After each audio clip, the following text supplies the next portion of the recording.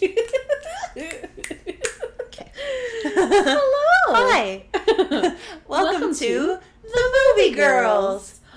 We're getting so good at that.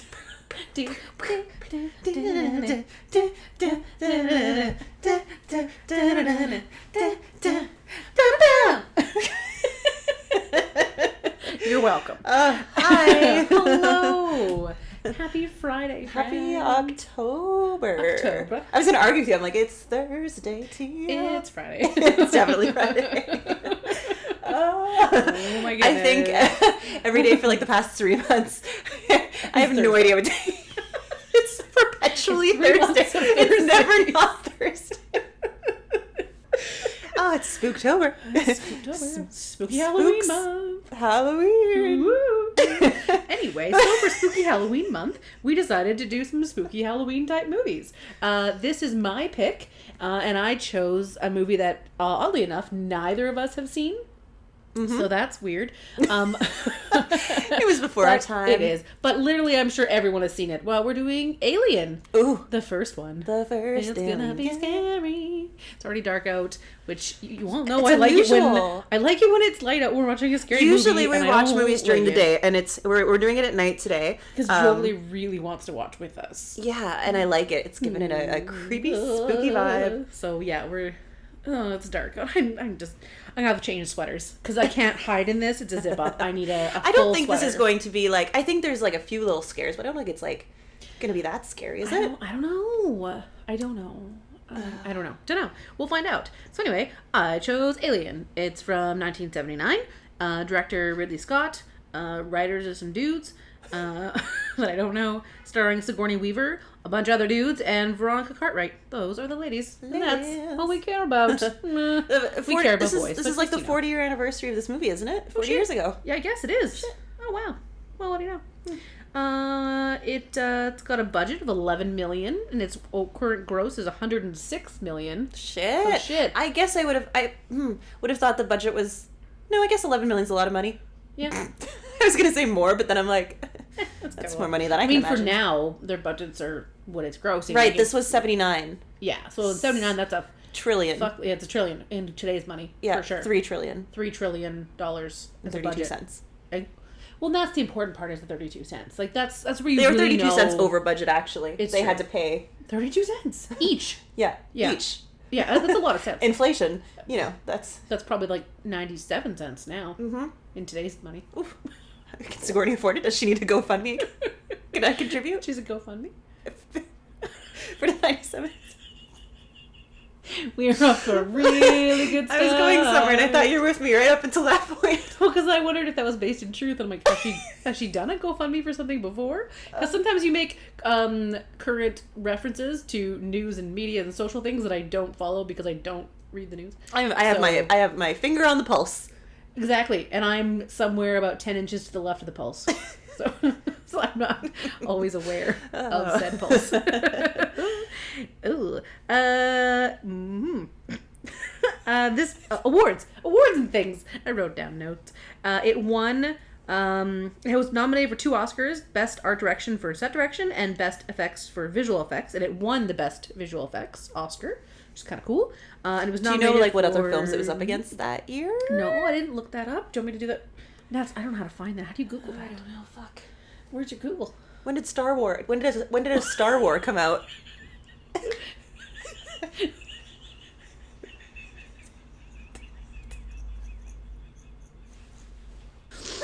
Oh, when did a Star Wars come out? Like, I assume you're going for when did one of the Star Wars movies come out, but it was just, when did a Star Wars come out? Oh my goodness. Sorry. I don't mean to derail things. I am who I am. And I can't change it. Heavens. Okay, you talk. I'm going to Google 1979. The Oscar movies for best visual effects. Right. Holy shit, that was great. Anywho, so awards. It won some. Tiff is Googling. Have you found it yet? I don't want to No. stall. What do I have to stall? I don't know what to say. The Deer Hunter. The Deer Hunter. 51st Academy Awards. The Deer Hunter won like a shit ton of awards that I've never heard of it. What is the Deer Hunter? Oh, I gotta Google that 1979 was a bullshit. different time. There at least one Star War was either out or coming out. A single Single Star War. a single Star War. The Deer Hunter, Robert De Niro. An in-depth examination of the ways in which the U.S.-Vietnam War impacts and disrupts the lives of people in a small industrial town in Pennsylvania. That sounds so fucking boring. Awful. Oh, God. Okay. Robert De Niro, Christopher Walken, Meryl Streep. Oh, that sounds awful, though. What was the category? Best visual effects, or best effects visual effects. Synopsis, or the tagline of the film is... After a space merchant vessel receives an unknown transmission as a distress call, its landing on the source moon finds one of the crew attacked by a mysterious life form, and they soon realize that its life cycle has merely begun.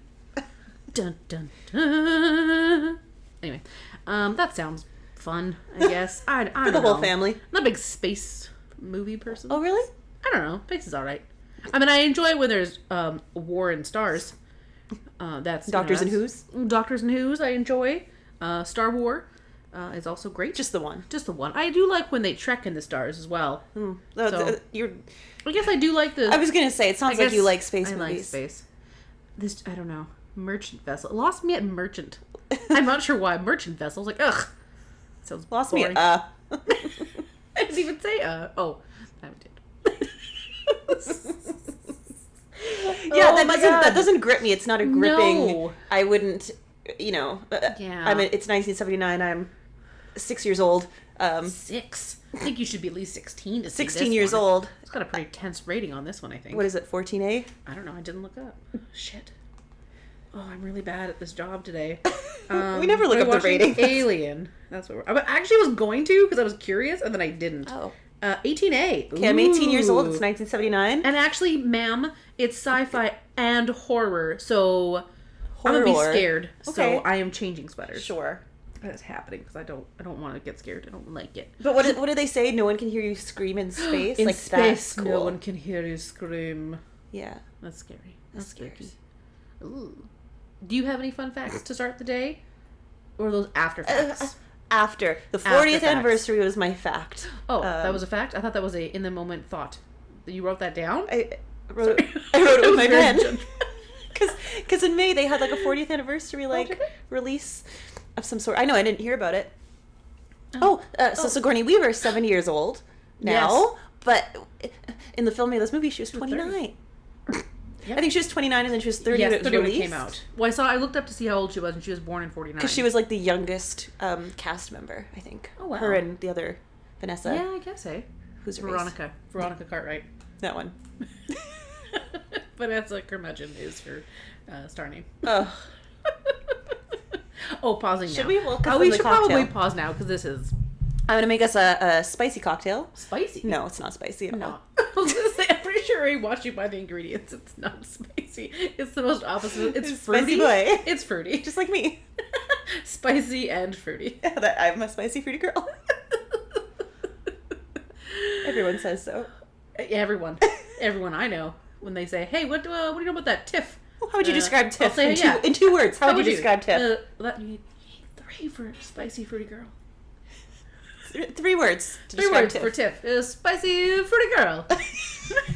Spicy fruity girl. Spicy fruity girl. A pause. Are we on drugs? No, not even. At least if we were, There used to be drugs in my bologna bun.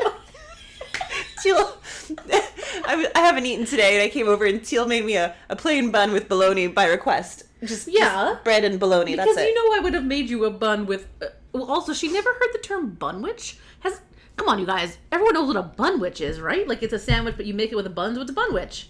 It's a bunwich. You made it up. I did not make it up, because even Joel knew about it. He says bunwich. I say sandwich. It was a bunwich. It's a bunwich if it's a bun. Anyway, because I make Joel sandwiches for his lunch every day, and Tiff said she was hungry, and I was like, I can make you a bologna sandwich. But she just wanted a bun with bologna and no anything else. I'm not fancy. I'm just judging. Spicy and fruity. Yeah, I just want everyone to know that I would have put stuff on there for you. Everyone knows. Other things. Everyone knows. Everyone knows. You would have put all the It's true. I would have done all the things. It's true. So, Miss Tiffy, what did you do for the cocktail this week? For the cocktail, I googled alien cocktail, and I clicked on the first one, and that's what I made. I really appreciate how much effort you put into things. It's Thank really you. kind. I work really hard, Teal. You're committed. I truly am. So this is 2 ounces of Malibu rum, 2 ounces of pineapple juice, pineapple juice, Pineapple. Ananas. 2 ounces of melon liqueur, which gives it like a nice spooky green alien-esque appearance, and then it's rimmed with blue sugar that we made ourselves because we are nothing if not Creative. Yep, crafty. We are crafty. And then we have them in these fun light up glasses that are Green light up glass, and then pretty cool blue ice cubes.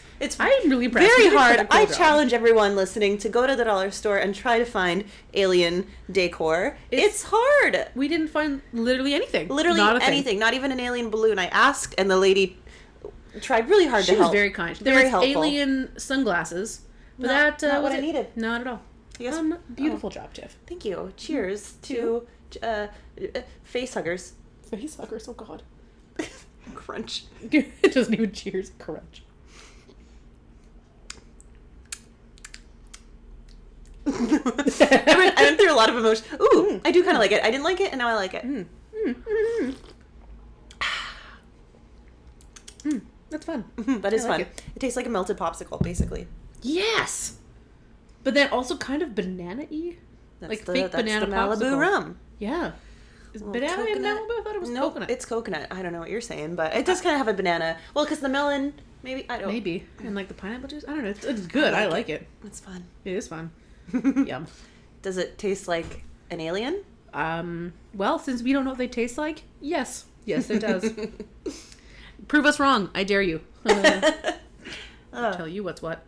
Shall we watch the movie? Let's watch the movie. Okay, well, see you in a minute. Goodbye. Okay. I thought that movie was dope as hell. Ooh, why? I loved it. I don't know. I just loved it. I loved it a lot. What did you like? What was your favorite part? I don't really have a favorite part. I just liked it as a whole. I liked how it started out, and they did it intentionally that you think that one dude, I forget all their names, is like the main guy and was going to be the hero, the captain of the ship. The captain guy, She doesn't even like really kick in until like 45 minutes into the movie, right? And then everybody's just falling apart, so she basically is forced to take control, and I liked that. It wasn't an obvious hero from the start. Yeah, I definitely agree with that too. Yeah, it was not. She didn't really seem all that not important or anything like that, but yeah, not the hero. Well, they made we her expect. seem like a non-primary character. Yeah, that was interesting. Yeah, I didn't not. I Teal don't know. hated it. No, I You were didn't. angry. No. You were I so was, angry through the whole thing. Yes, not at the movie, but at the characters in the movie. I liked it. I get angry when they do things that are stupid, which is the point, I suppose. Yep. I think that's entirely the point. I was mad. I just was like, why are you doing these stupid things and no one's listening to anybody else? And there's 2 people that were smart and no one listened to them. And I just get so mad. Also, when I get scared, I get mad, I guess. But yeah, it was, but I think, yeah, I was angry at it, but I think for all the reasons I was supposed to. I was angry at the characters, not at the writing or at the movie, at them for being so stupid. Which is the point, I guess. I don't know. Yeah. Did you know, so the role of the main character, Lieutenant Ripley, was supposed to be played by Vanessa Curmudgeon, but they, like, changed it on her, like, right before filming. Oh, and put her in really? this other role, and she was actually super resentful. Yeah. And she hated that character, because she's, like, she is, you know, hysterical, essentially. Mostly the whole time, yeah. And they kind of told her, like, well, you are portraying how the audience feels. Like, the audience's fear is being portrayed through your character. So she's like, okay, I'll do what I can. But I think she was kind of, like, disgusted with her character. And that's hard to play someone that you don't like and don't relate to. It is a challenge, because we always want to... I mean, we all assume that we are good people and, you know, we like ourselves, and so you have to find, like, when you're playing a character like that, you have to find things in them that are redeemable that you do like, because how else do you play them, I guess? Like, you can't... Yeah, that's an interesting Well, you have to wonder Yeah. too if that like added to the tension between the two characters. Like Yeah. when she slapped her, like they didn't have a lot of interaction. Those two, did they? No. It just seemed kind of like a bit of contempt. So you need to wonder if like a bit of that was Yeah. real life. That would suck, too. That would suck, to have hey? been like... Not that it was Sigourney Weaver's fault that she was cast in this role all of a sudden, but That would I mean, suck. you would feel. And how do you not upset. have... And, like, you can imagine, too, I mean, she's young. She's pretty much an unknown person at that point. No one knows who she is, really. Sigourney Weaver? Yeah. Yeah, that was like And- her third role in or third film. Yeah, and, like, the first like, major role. Mm-hmm. So it's... What an amazing thing to all of a sudden go from... To be the hero who saves the day, at least for you and Delightful Cat. And you get to go into that. That's so exciting. You get to be the lead, but then there was this weird guilt attached to it because your co-star is supposed to be that, so you don't want to be too happy, and yeah, what a weird spot to be put in. It's interesting. Yeah. I definitely liked... It's such an interesting movie because it's not dialogue heavy. It feels almost slow paced, but it's not. It's very different. Yeah, I really liked it. yeah, it was interesting. I thought it was cool as hell. Yeah, it was a fairly diverse cast, I think, for its time. Hey, It really was. Yeah. So I don't know if you know this, but the writers wrote it all to be gender neutral. The characters, any character, entirely gender neutral. So just based on the casting or whatever the directors felt, the roles would take. So like originally, they're even thinking the main character would be a man. And then I read two different things. One was that an exec from Fox Studios decided it should be a woman, and then the other one that Ridley Scott decided it should be played by a woman.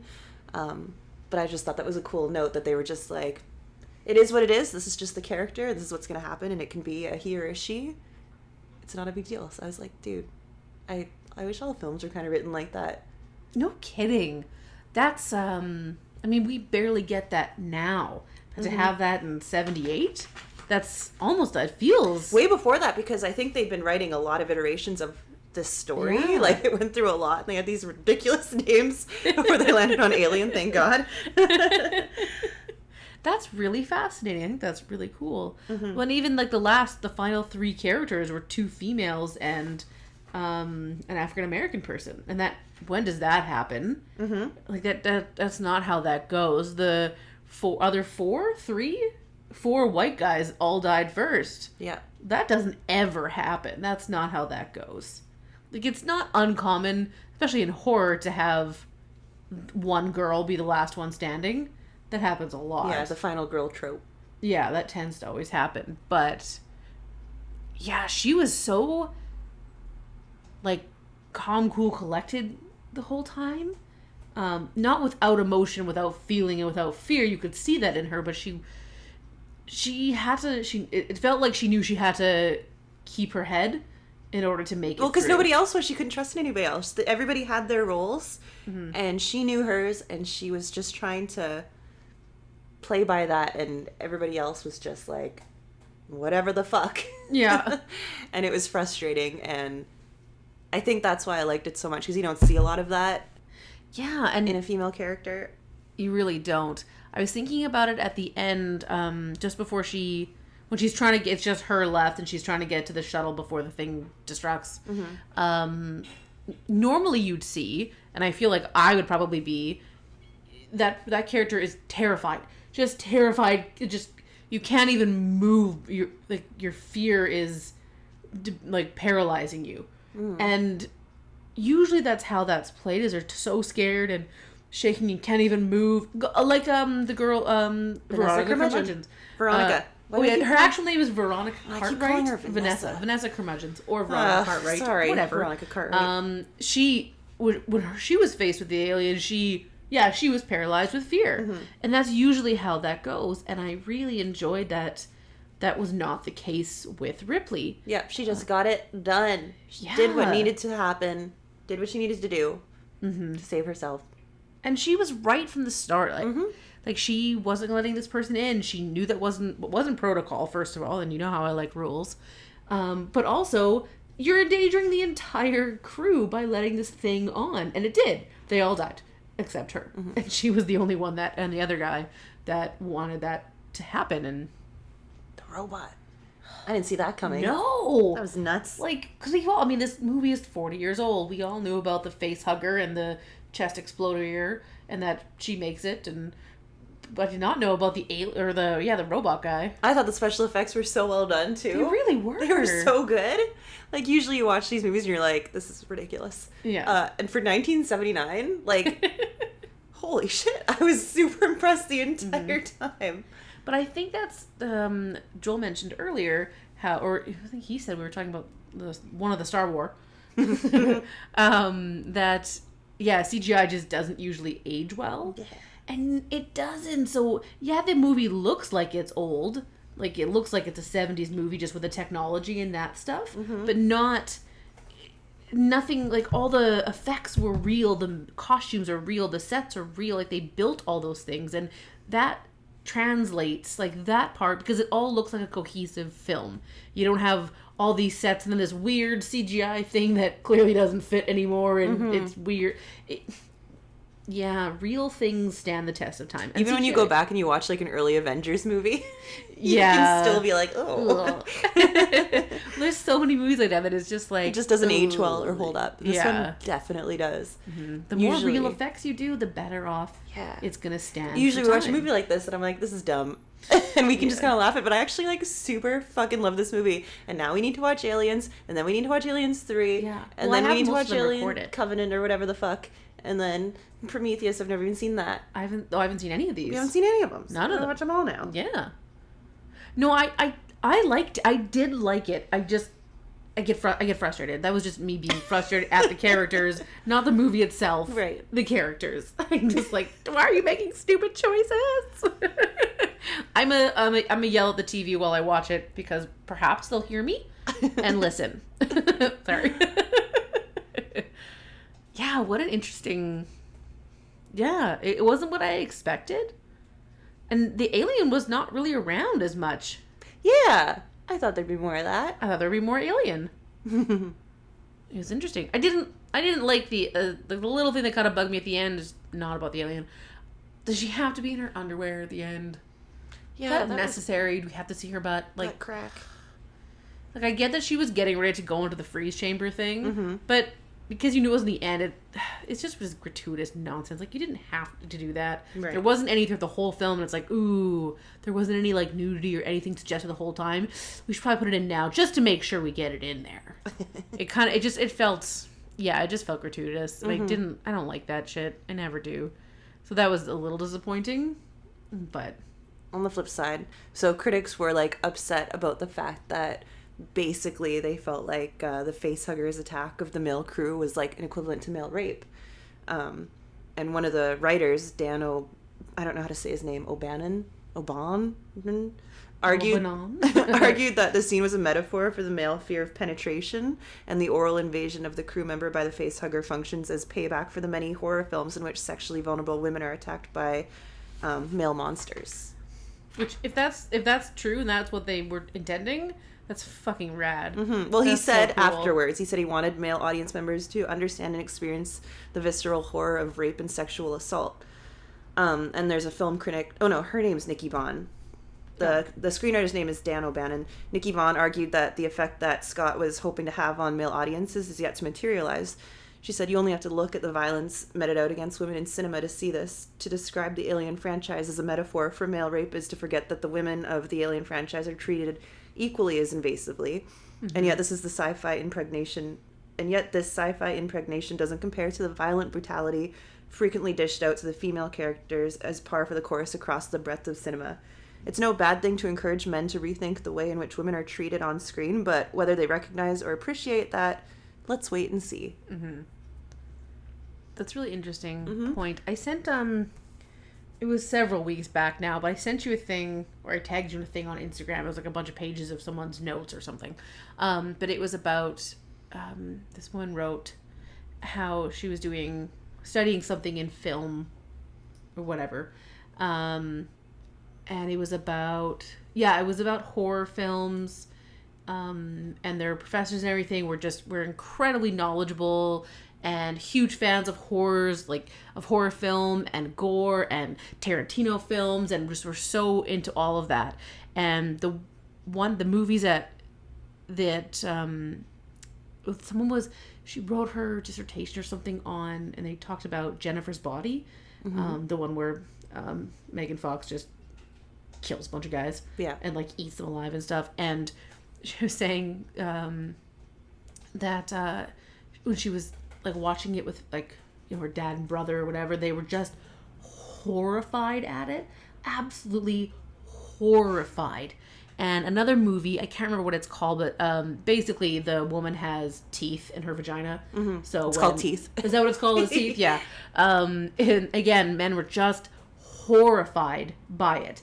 And her argument was like, we have that on us in every movie. Every movie, women are attacked and murdered and brutalized. It's horrible. And men are totally fine with that. Like, they talk about it, and they study it and blah, blah, blah. And then this Susie House that's about men being eaten and weird attacks like that. And also very far-fetched, very unrealistic, incredibly far-fetched nonsense, whereas ours is all very much based in reality. They're horrified by it.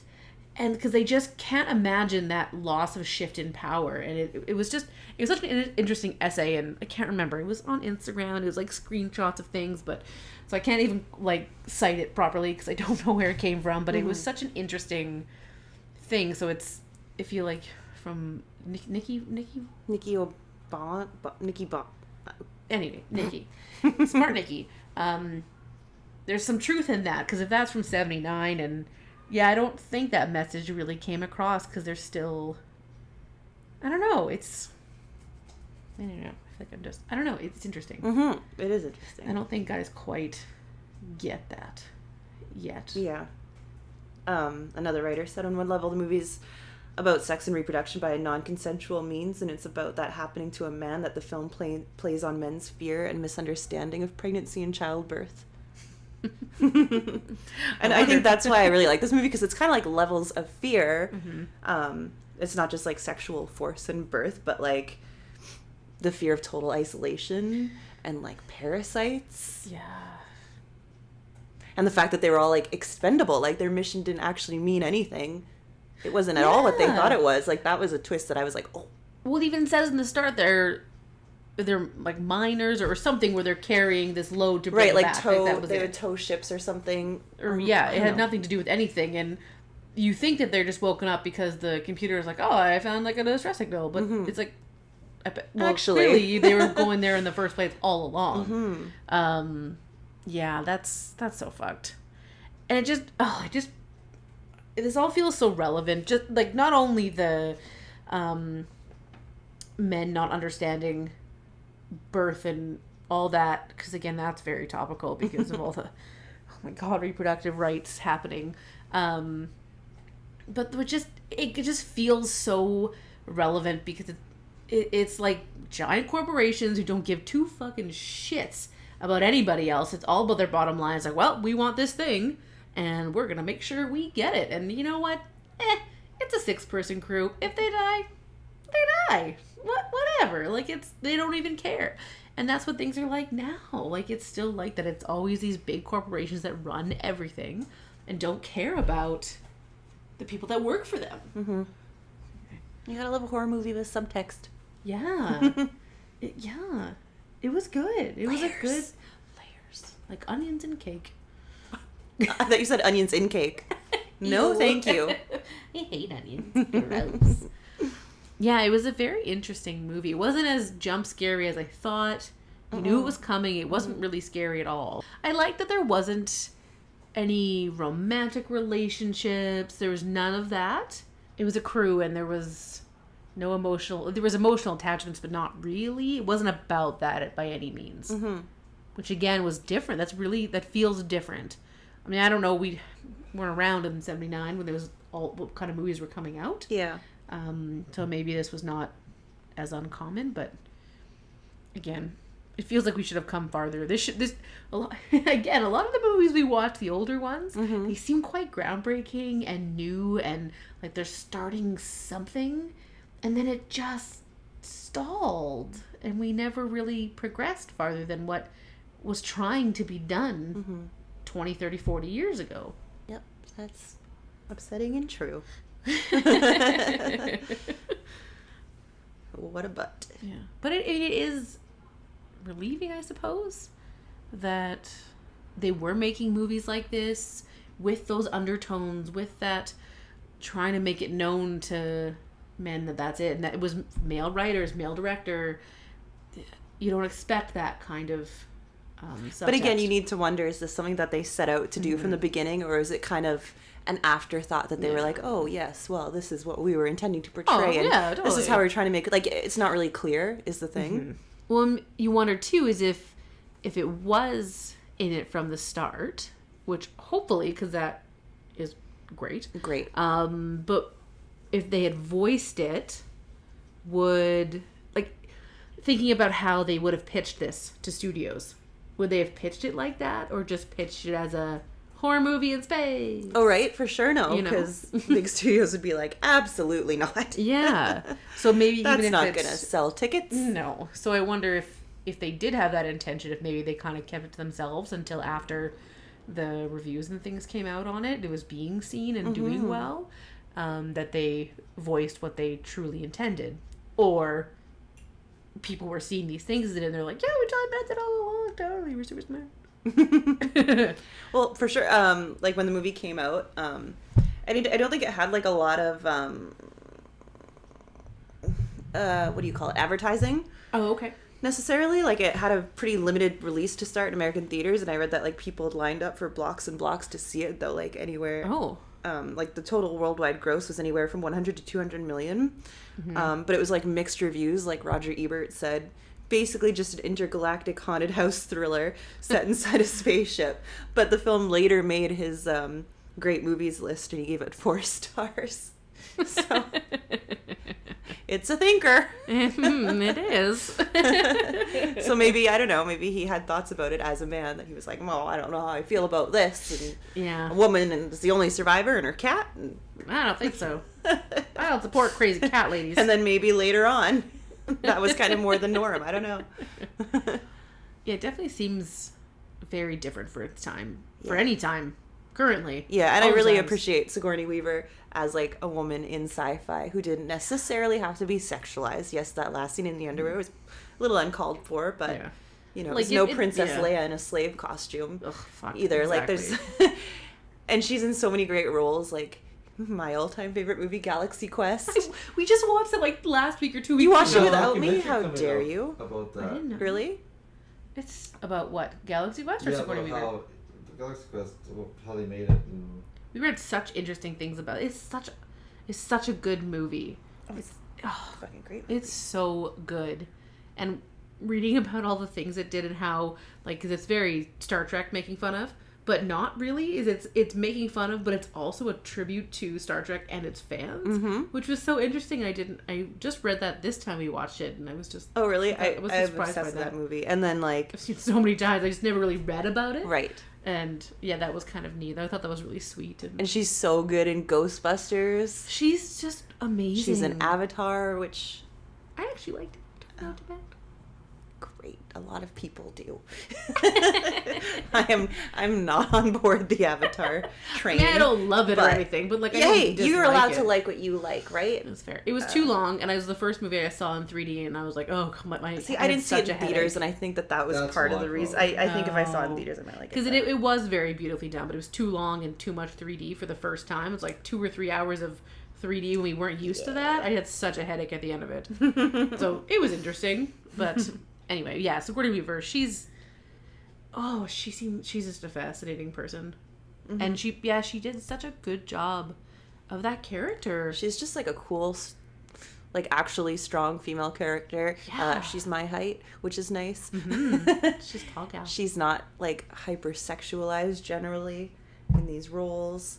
Yeah, it wasn't until the end. She's very level-headed, which is amazing. Because usually it's like a hysterical character. Yeah. And to have, I mean, yes, she was in her underwear and no bra, which, whatever. But it was only in the last 10 minutes that happened. Hey, we see men's butt cracks all the time. All the time.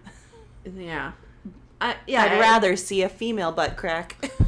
It's like a lady butt crack. A lady butt crack. But yeah, it wasn't, because she could very easily have been in that outfit the entire time, which is not unheard of or even unlikely. That seemed much more likely that she would have been that from the beginning in that stupid tiny outfit. So I really like that she was only at the end, and it made sense for the story. Like, I get what she was trying to do, why they had her like that, but anyway. Yeah. You could explain it away, but yeah, it was very different to have a horror movie with a female lead, and it wasn't screaming virgin or whatever, like it usually is. Like, oh, I'm going to scream every 3 seconds. Like, it wasn't some scream queen, and not that scream queens are bad. Like, Jamie Lee Curtis is the scream queen. And she's a badass fierce bitch too, so I don't know. Interesting. Questions? I have a couple more facts. Oh, great! Please continue with the more facts. The cat, Jones, aka Jonesy, was actually played by 4 cats. 4 kitties? American short-haired tomcat.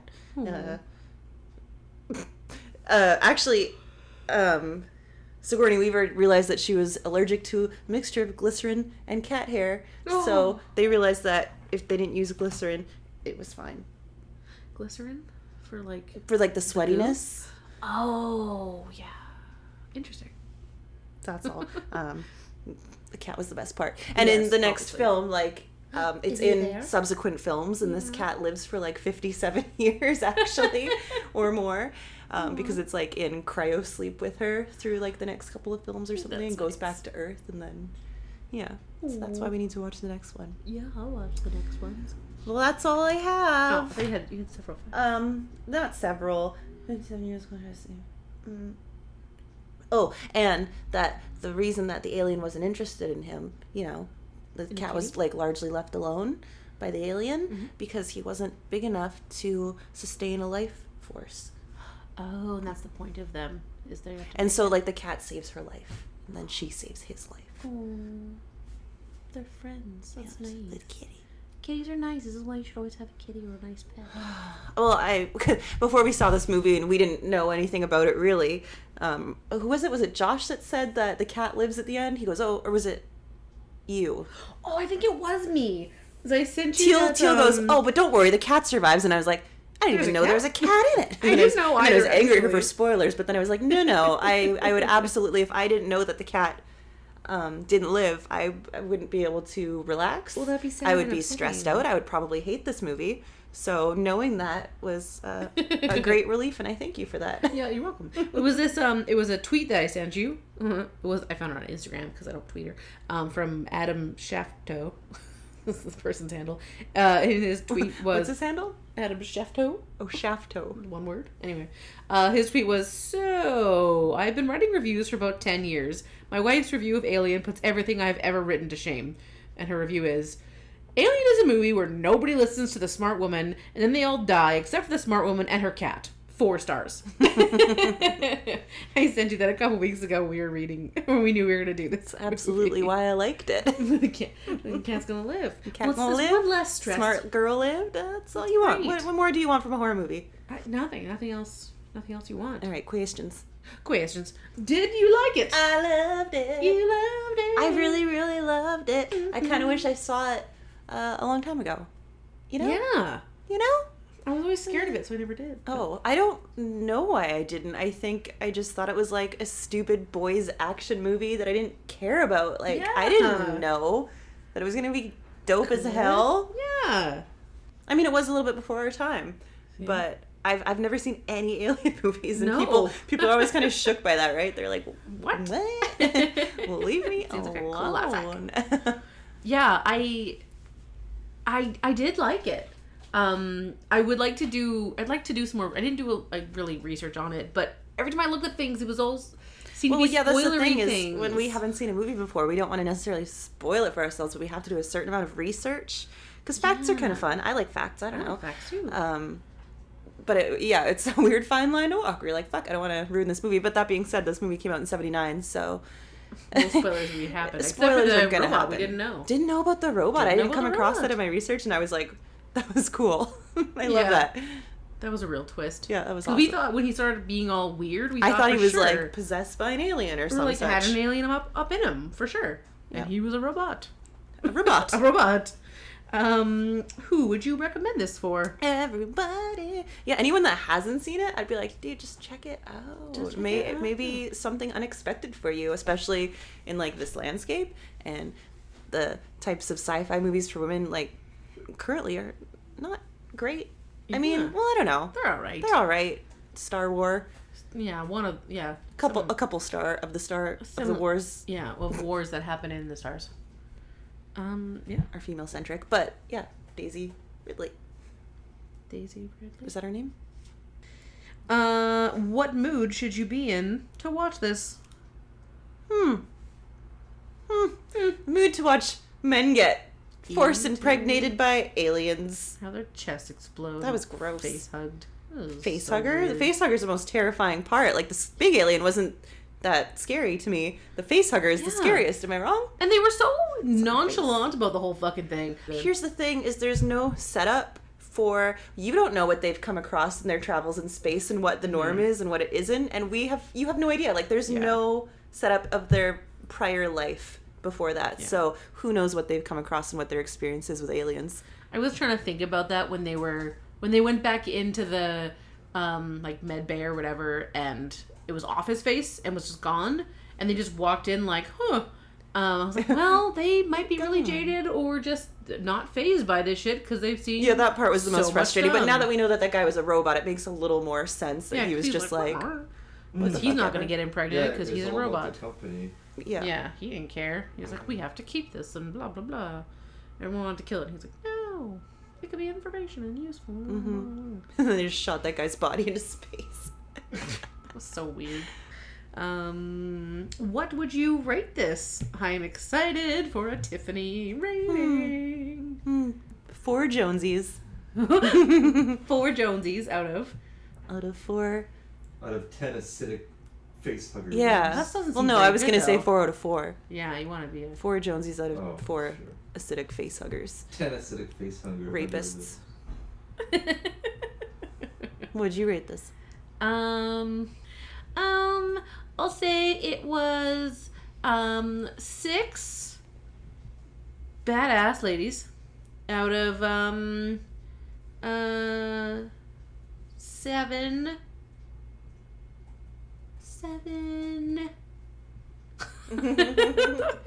Flame throwing. Yeah, 7 flame thrown mercy kills. Oh. Nice. I think this is my favorite movie that we watched so far. Really? Yeah. Wow. That's You like- exciting. Full circle, because that guy was in Steel Magnolias. Yeah, and that was number It 2. was number 2, and this Yeah, is Tom number Scared. 20. 20. 2 and Two. 20. Interesting.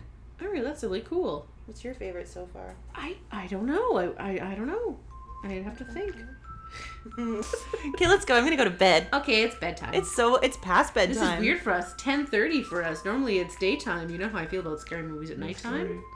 Yeah. We had to wait for Jolie to get home because he wanted to join. And then he No, fell it's asleep for fine. it. It's typical fine. I don't for mind me. at all. Yeah. I'm just a little sleepy Yeah, on I'll that take you potato. home Okay. Oh. Bye. I am who I am, and I can't change it.